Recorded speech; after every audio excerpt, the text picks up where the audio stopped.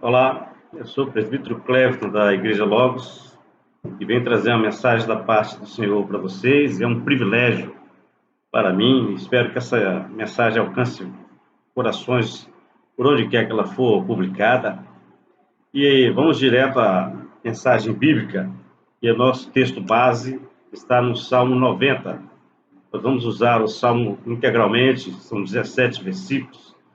E eu vou ler com você, enfatizando algumas expressões, para que nós possamos dar base também para tudo que for pregado daí em diante.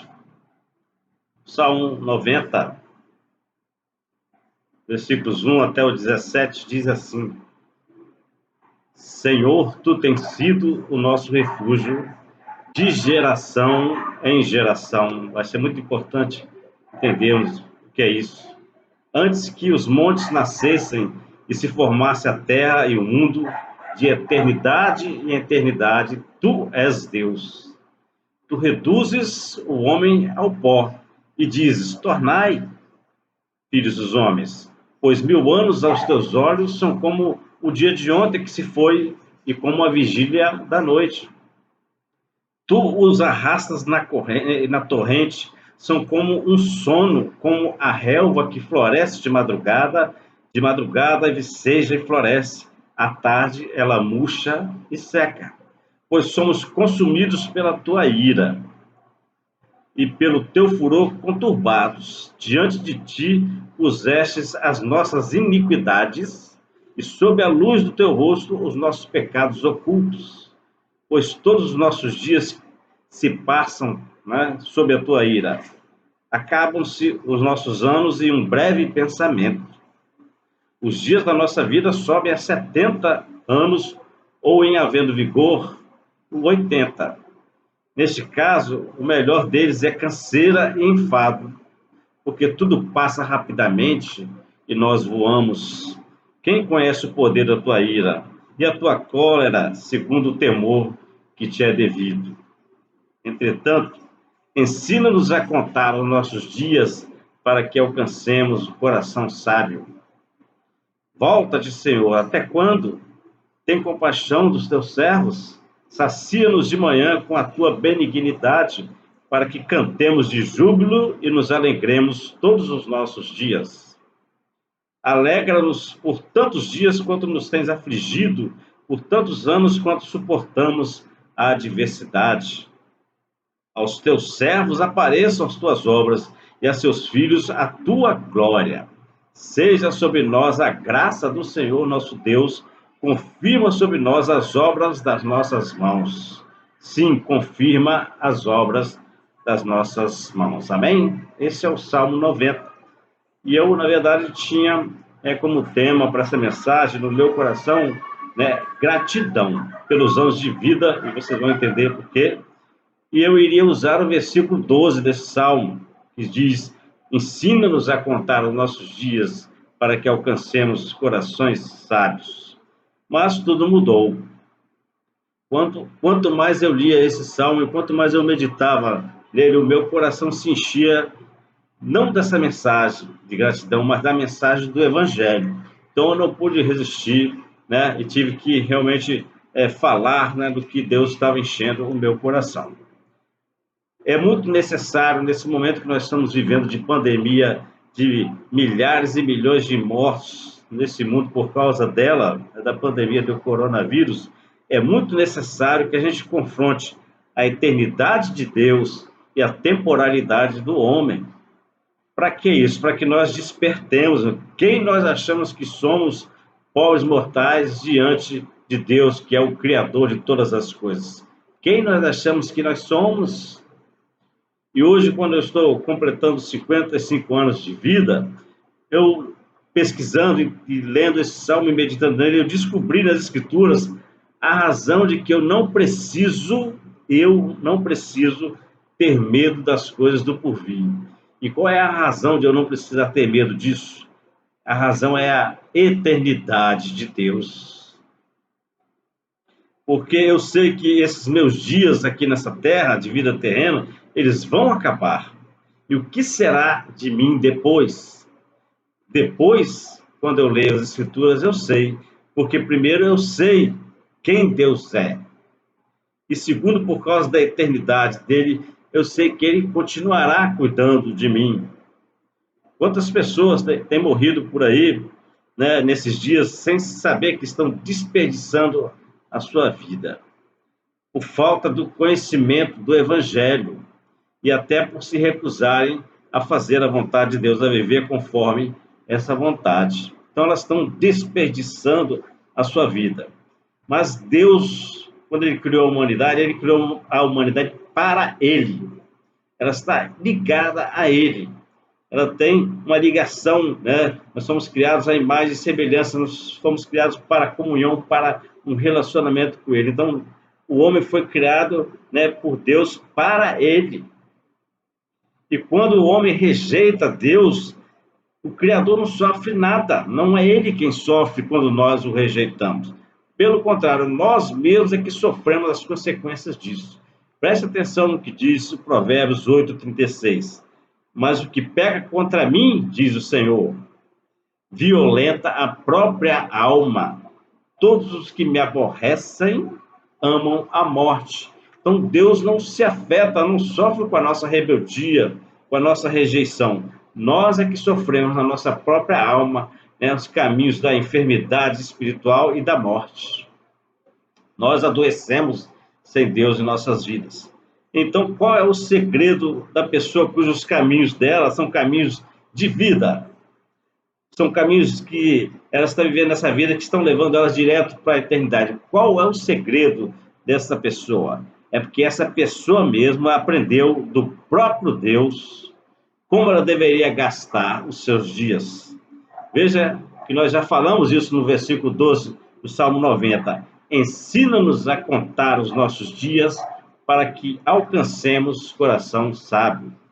Então, só existe uma forma de vivermos bem os nossos dias para que no fim da nossa vida não seja uma perda total. Para que quando eu chegar no fim da minha vida, eu olhe a minha história e não encontre nada, né, que me ligue à eternidade. Então, a minha vida terá sido uma perda total. Então, só existe uma forma disso não acontecer. Se nós gastarmos o tempo de nossa vida aqui na presença de Deus, que é eterno. Eu meditei nesse versículo 12, inicialmente, depois fui me aprofundando em todo esse Salmo de 90, e eu fiquei maravilhado, porque a mensagem do Evangelho está ali dentro. O Evangelho que salva. Então, eu me fiz a seguinte pergunta: quando o Evangelho de Jesus chegou a mim, como ele me confrontou, como ele me despertou? Eu comecei a lembrar disso, e a primeira resposta que veio foi que o Evangelho de Jesus me despertou para a minha condição de vida desfavorável. E olha que eu achava que eu era uma boa pessoa, eu achava que estava tudo bem comigo, mas o Evangelho de Jesus me fez descobrir que eu estava morto e eu estava afastado de Deus. É isso que Isaías 59:2, primeira parte do versículo diz. Mas as vossas iniquidades fazem separação entre vós e o vosso Deus. Então eu descobri no Evangelho de Jesus Cristo que, na verdade, a minha vida, né, estava num caminho de morte, né? Eu estava morto e afastado de Deus. Eu descobri também que não importava se eu conseguisse, né, viver 55, 100 anos e se chegasse nessa longevidade, né, com a saúde, com dinheiro, isso não importava nada, porque mesmo assim, sem Jesus, sem Deus, eu continuava morto nos meus delitos e pecados. Então, para que a longevidade? É canseira e enfado, como diz o salmista. Eu descobri também no Evangelho que a minha desobediência não permitia que Deus caminhasse comigo. Na minha desobediência, Deus não poderia caminhar comigo. E eu descobri também com esse salmo que nenhum dos meus pecados podia ser escondido de Deus. Diante de ti puseste as nossas iniquidades, diz o salmista, e sob a luz do teu rosto os nossos pecados ocultos. Então, nada do que eu faço pode ficar oculto a Deus, e Deus traz eles à luz quando Ele quer nos confrontar, quando Ele quer nos mostrar que nós estamos vivendo fora da vontade dele. O Evangelho me fez descobrir muitas coisas negativas sobre a minha condição espiritual. E também me fez descobrir, né, o tenebroso destino eterno que esperam aqueles que andam afastados de Deus. É por isso que o salmista diz sobre a ira de Deus, porque nós somos consumidos pela tua ira e pelo teu furor, nós somos conturbados. O destino eterno daquele que anda afastado de Deus é permanecer debaixo da ira de Deus.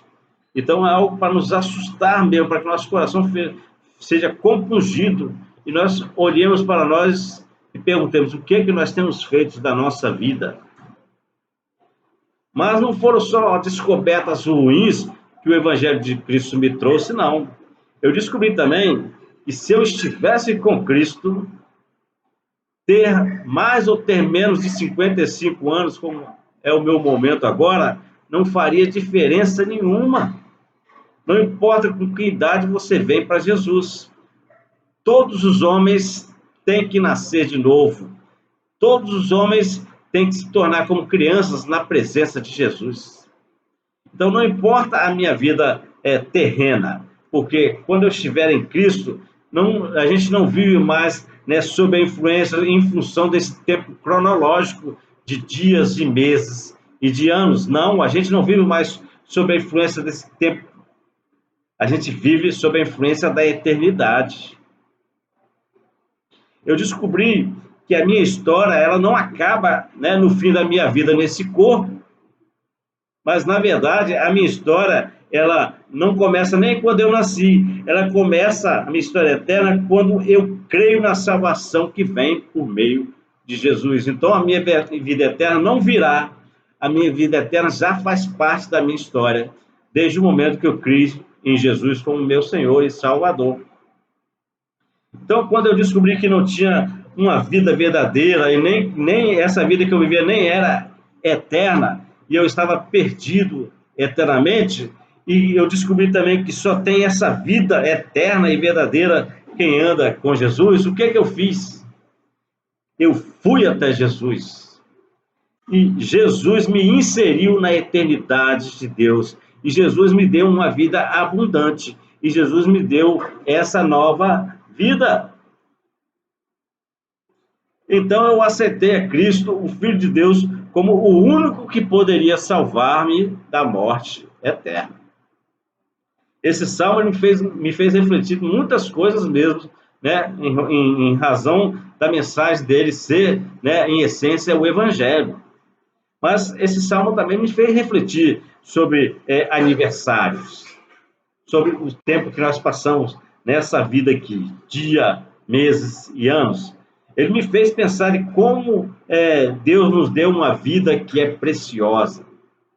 É uma dádiva de Deus essa vida que nós temos. Então, como é que o homem pode desejar viver essa vida longe da presença de Deus? Isso é uma insanidade, porque essa nossa vida pertence a Ele.